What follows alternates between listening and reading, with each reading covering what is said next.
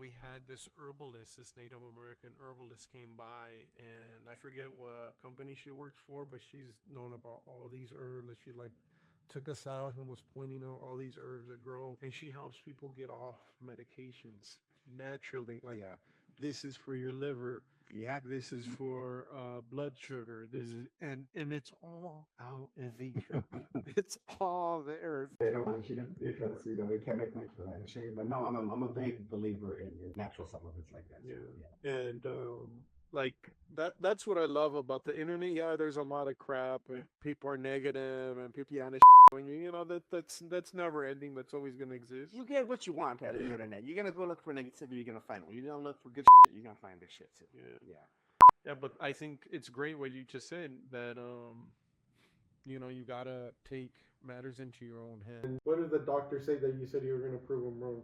Oh, he told me I never squat heavy again. It's Okay. just he did I tore my quad, working out. It happens, freak accident. And had to do an emergency surgery about a couple weeks later. And then he said, "You're never gonna squat heavy again." And then I'm not one to pay attention to doctors. Doctors, he knows how to heal. He knows how to put it together and cut it and put stitches, but he doesn't know shit about what I can do and what I'm capable of and what the human body's capable of. So I set a goal to honestly to legitimately prove him wrong. And then 1 year to the date of my surgery, I got under the squat bar and squatted 315 for about 8 minutes.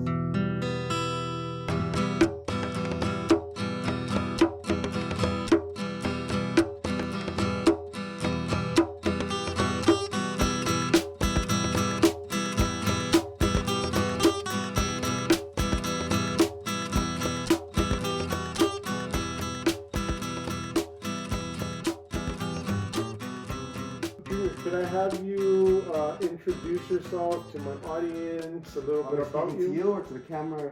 You can speak to the camera, yeah. Well, my name is Junior Magana. I'm a NorCal native, born and raised here in Marysville, California.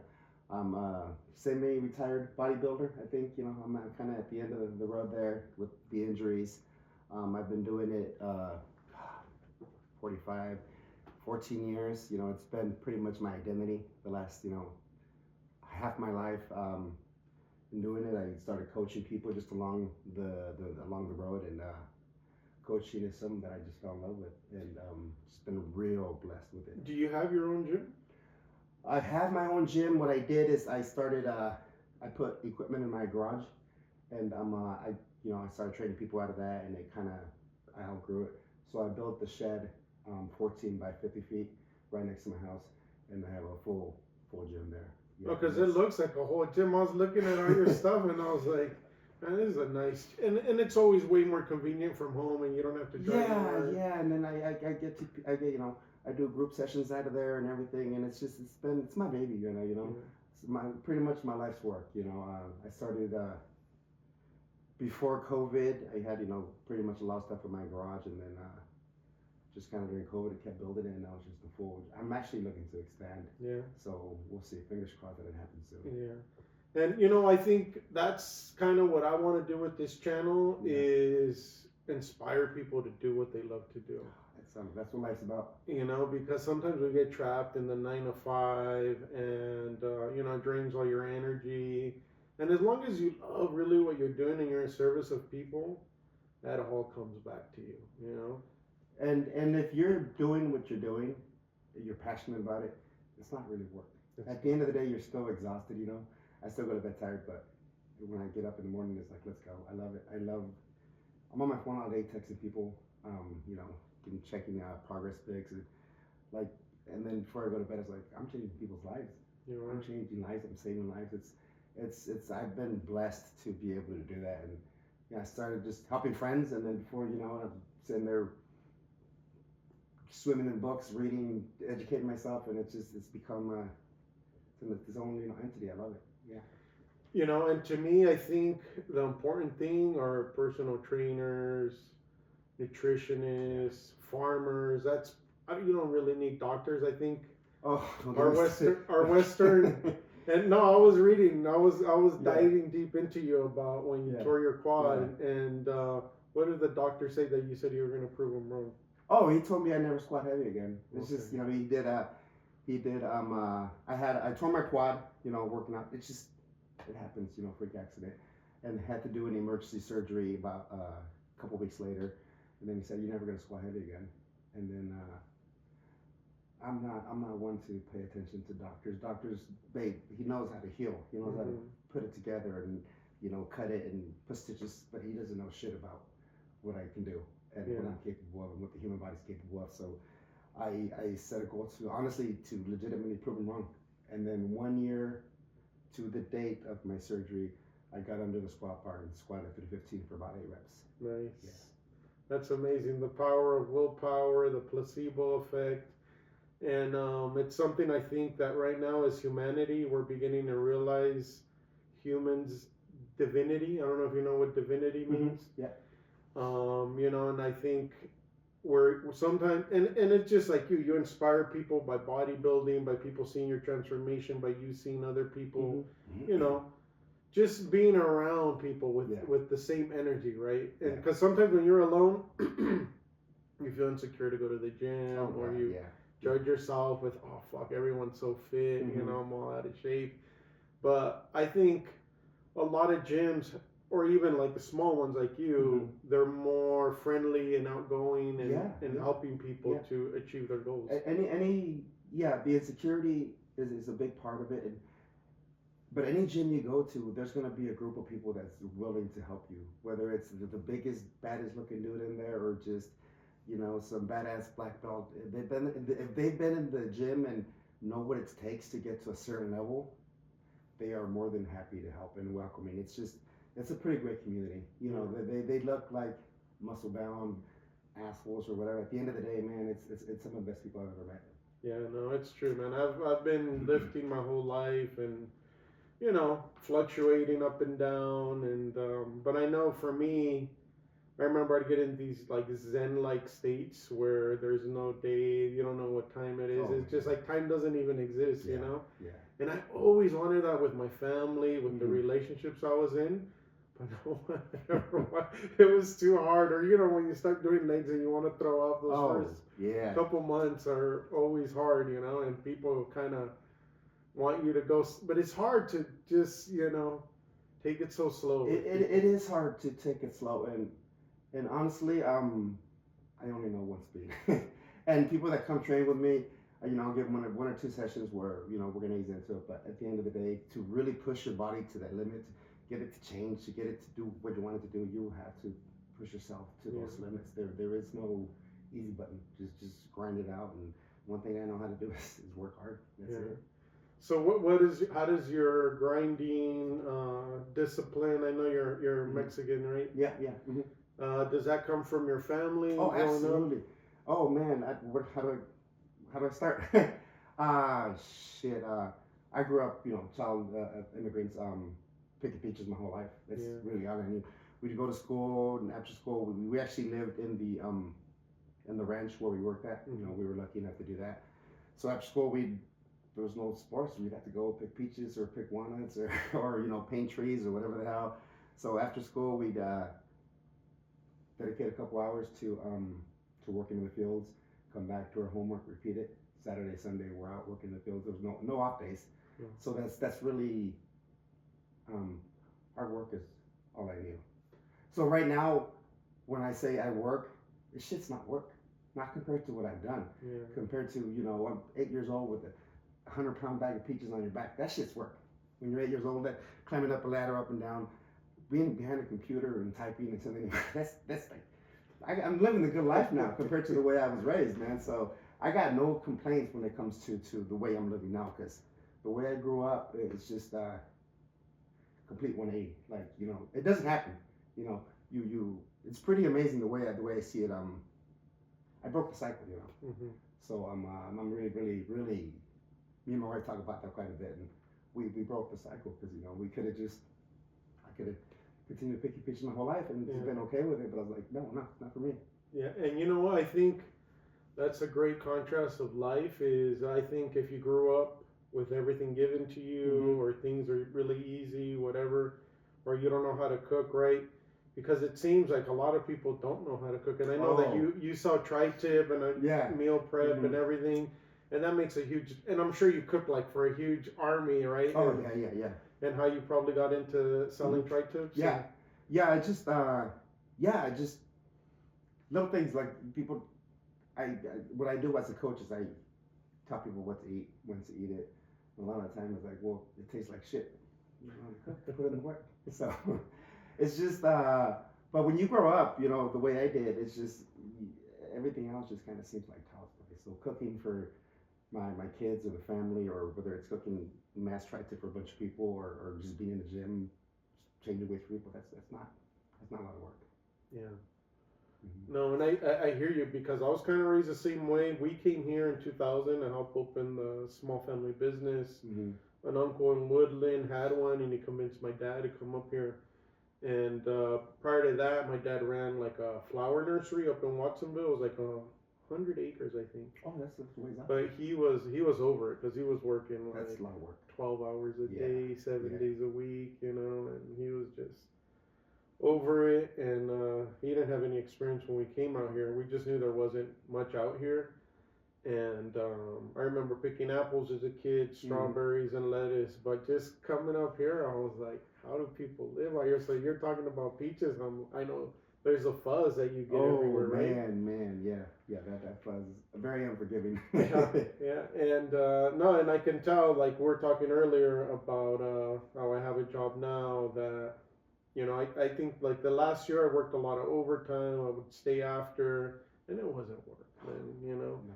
But I realized all that overtime is just going to the government, and most of it isn't really going in your pocket, you know. So I was like, I got to do something else, you know. I like where I'm at, and they have a good health plan and everything, but sometimes that can be a trap in itself, you know. You know what? Yeah, I have a 9 to 5, but at the end of the day, it's a trap. I mean, I don't want to sound too you know, conspiracy theorist, but it's a trap.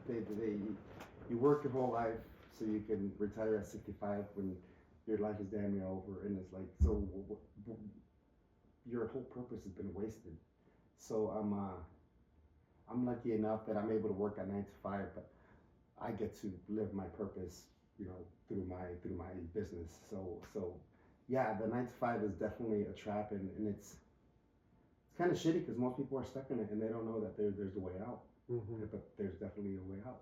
Yeah, and there's a lot of people that, you know, they're hard workers like us, and you know, like they get stuck in there and they're like, well, what other choice do I have? You know, I have to work, I have to be responsible. And I don't think there's nothing wrong with being responsible or working, but there's so much technology that's to our advantage now. I mean, I don't know. I know there's people on YouTube that make a lot of money, but I'm a big proponent of cryptocurrency. I don't know if you know anything about it, and all we need is like X or Twitter to come up with a simple use crypto, which he might. I don't know if you know anything about stellar lumens or XLM. I just started getting into it. Yeah, and it's cheap. It's 50 cents right now, and I tell everyone, man, just buy $100, just $100, whatever you can afford. Yeah, just put it in. It's kind of what I've been doing in the last few months. If I got a couple of $100 extra bucks, I'm gonna put it in and just forget about it. But it's money that you know I can afford to put in. I can afford, like, hey, if shit goes wrong, too bad. But I'm not sacrificing the money from the family. It's just money. But that's definitely the way to do it too. Yeah. Where did you find out about crypto? Because a lot of people are very hesitant when I tell them about it, and they're kind of afraid that it's not legit. A guy I trained kept bugging me to invest in XRP. I don't know if you heard of XRP. Yeah. And then I was like, whatever. So I put $500 into it, and then it started blowing up, and then a couple more $100, and then now I got on Facebook, kept posting about it, so I asked him the questions, and he put me in a group, and they're always talking about it. So that's kind of how I keep. That's good. That's great, because I mean I make people's ears bleed. I talk about it so much, and now I'm kind of staying away from saying stuff just because. I'm all ears when it comes to that, man. Well, because meme coins. A lot of people don't understand meme coins, and like Donald Trump and his wife came out with them, and I was like, that's not a good crypto, because you gotta do the research. You gotta kind of see, because I know Cardano's good, Stellar Lumens, XRP, like you said, Chainlink. There's a decentralized. What's what's it called? Platform where you can buy. It's called forget, but it has like a pink Uniswap. Okay. So you know how when you buy crypto, you have to go to a centralized exchange. Yeah. They have something called KYC, know your customer. That's all shit for the government to charge taxes when when it goes up. And when you go on a decentralized platform, everything is written in code. So let's say I have a buddy who bought Ethereum, which is, it's about 3,000. They say it might go to 10, 20 this year. He bought it when it was like less than $10 in 2016. And I need to pick your brain more. I'm not a nice person. I definitely need to pick your brain.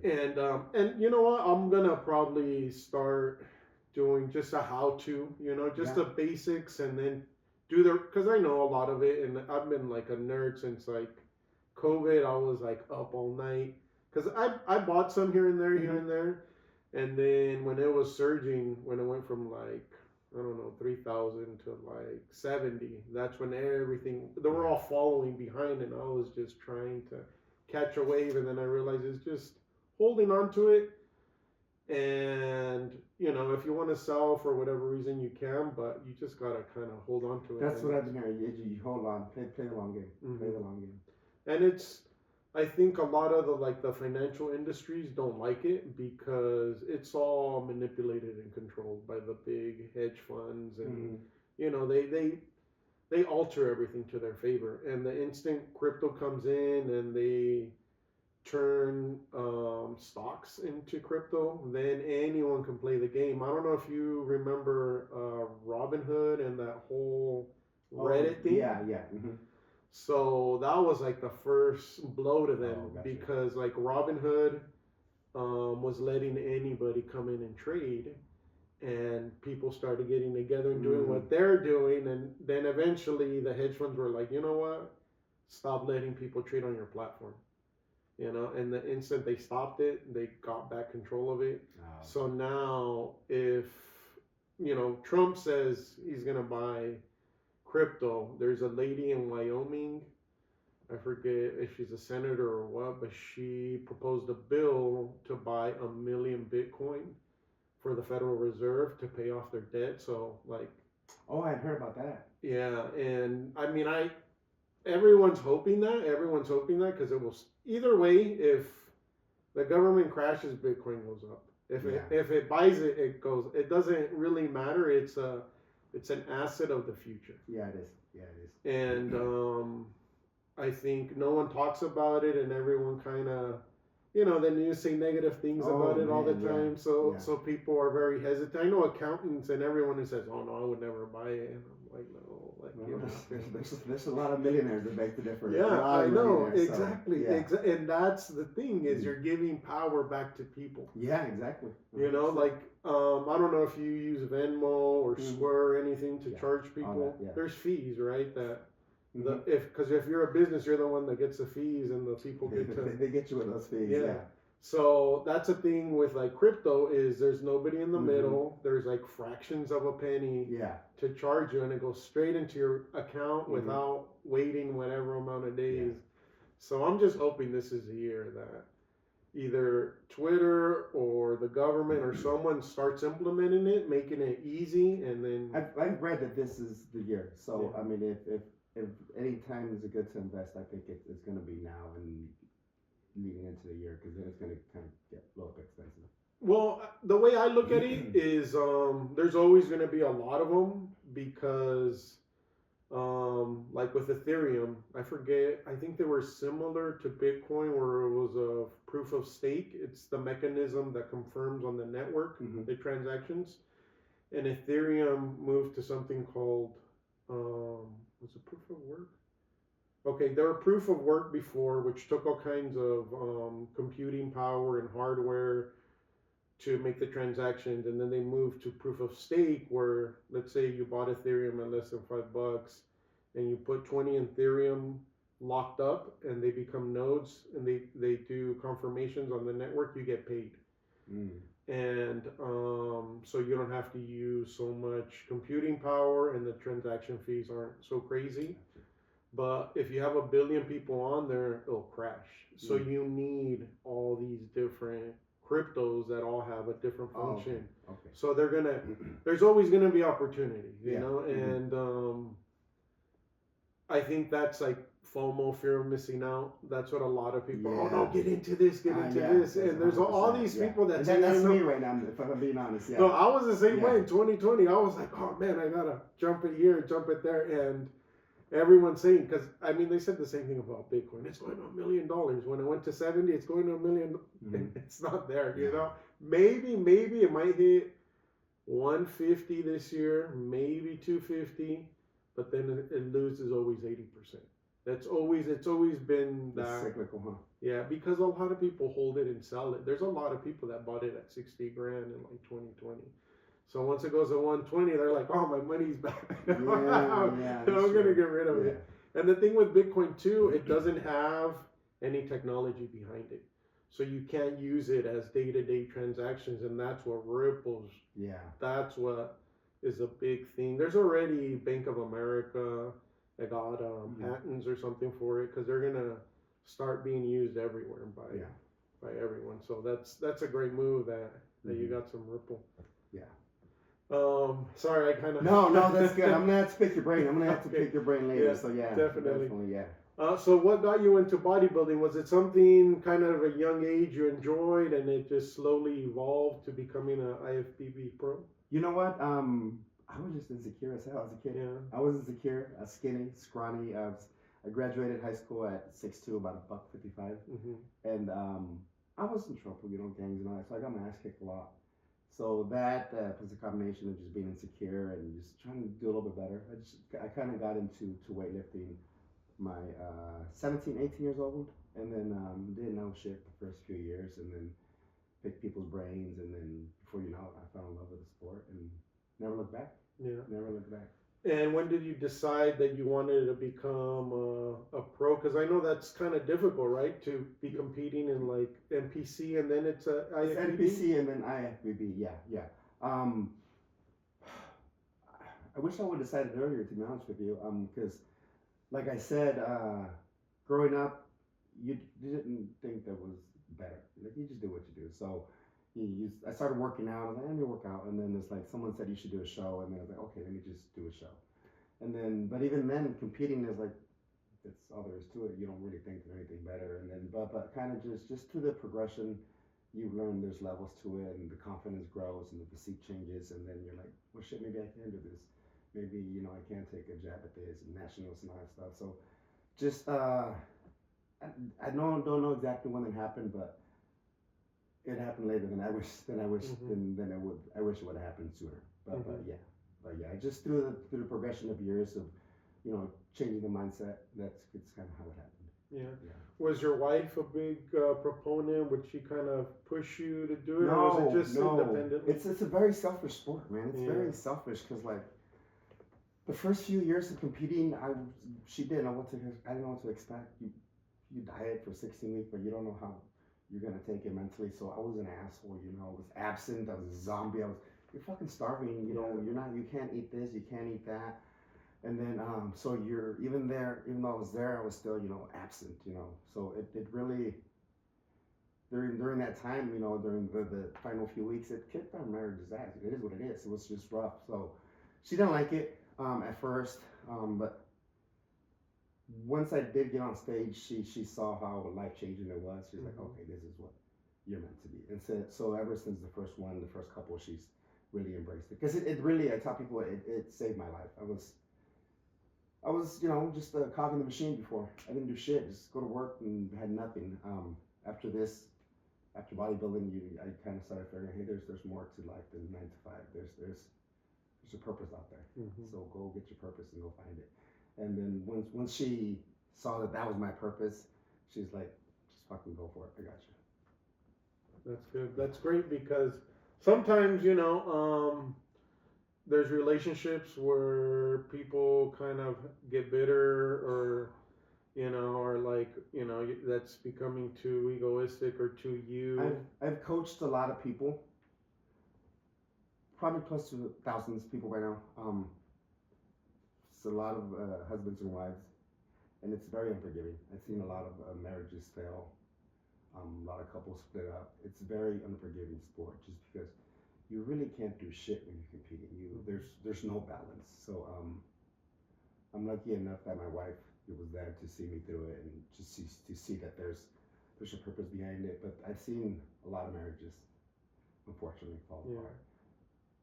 Yeah. So no, and I've seen like Ronnie Coleman get hurt, and you know, people dying from overuse of performance enhanced, you know, but I think even there's a line, right? Because now TRT, I don't know, is TRT and growth hormone the same? Like, because you can get it prescribed now from a doctor. You know what? The thing is, right now with the government loopholes, you can get anything prescribed. Really? So yeah, it's kind of a scary world out there, because there's these doctors, you know, that you know, get their medical license through some you know, online score or whatever, and they can literally prescribe people anything online. So to answer your question, no, TRT and growth hormone are two different things. TRT is just, you know, our body naturally produces testosterone. So as we age, we stop producing it, and that's when the male body just kind of falls apart. You know, at 35, 40, you stop building muscle, your metabolism slows down. You know, we start aging. That's when TRT comes into play. You know, a little bit, you know, goes a long way. So a little bit of TRT, you know, helps you kind of stay young. You know, it's pretty much the fountain of youth.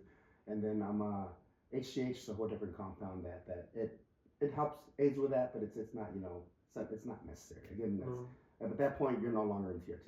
You're doing too much. Okay. Yeah. What do you kind of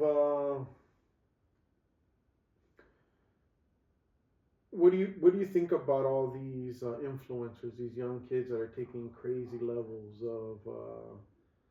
of performance? Sam Sulik, right? Yeah. Do you know who yeah. he is? Oh yeah. Oh man, it's just like I said, TRT is for people 35, men, even women, or older, whose natural testosterone is you know, it's not being produced much anymore. So you use a little bit to keep you young, to keep you healthy, to keep the brain functioning, heart, everything. When you're 20, 21, 25, you don't need that shit. So what you're doing is, when you're injecting yourself with TRT, that's what they call steroids now, TRT, which is kind of a fucked up term, you know, because you're glamorizing it, right? Yeah. But at the end of the day, you're still fucking steroids. So when these kids pump their cells full of steroids, their body stops producing it. Yeah. So what happens when they come off? It's just that their body, it goes to shit. So it's a nightmare. Yeah. And all these guys that are I competed with a guy when I was 33, 34 in the Bay Area, Contra Costa, and he was a big name back then, Boston Lloyd, and he was a big pusher, big on social media, and he just used massive amounts, and he was open about it. And I think he's the one that kind of got that momentum going for kids starting it, because he was coaching kids that were 15, 16, he was pumping them full of shit, and then he ended up passing away from, you know, kidney failure, all that.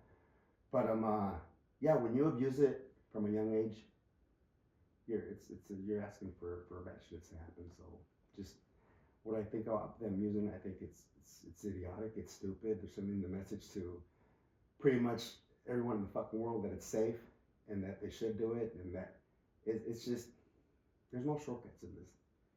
Do the work, do it naturally, and then when you're old enough and your body needs it, yeah, consider it, start taking it.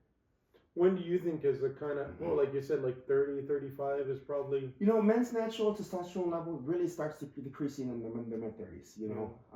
So I tell people, get your blood work, check your test levels. Once they start going down, trending downward, have a conversation with your doctor. And if your doctor doesn't want to do it, then it's still trending, then, you know, figure it out. But I don't think any man above 40 should really consider it, because it is the fountain of youth. It's the way to stay healthy.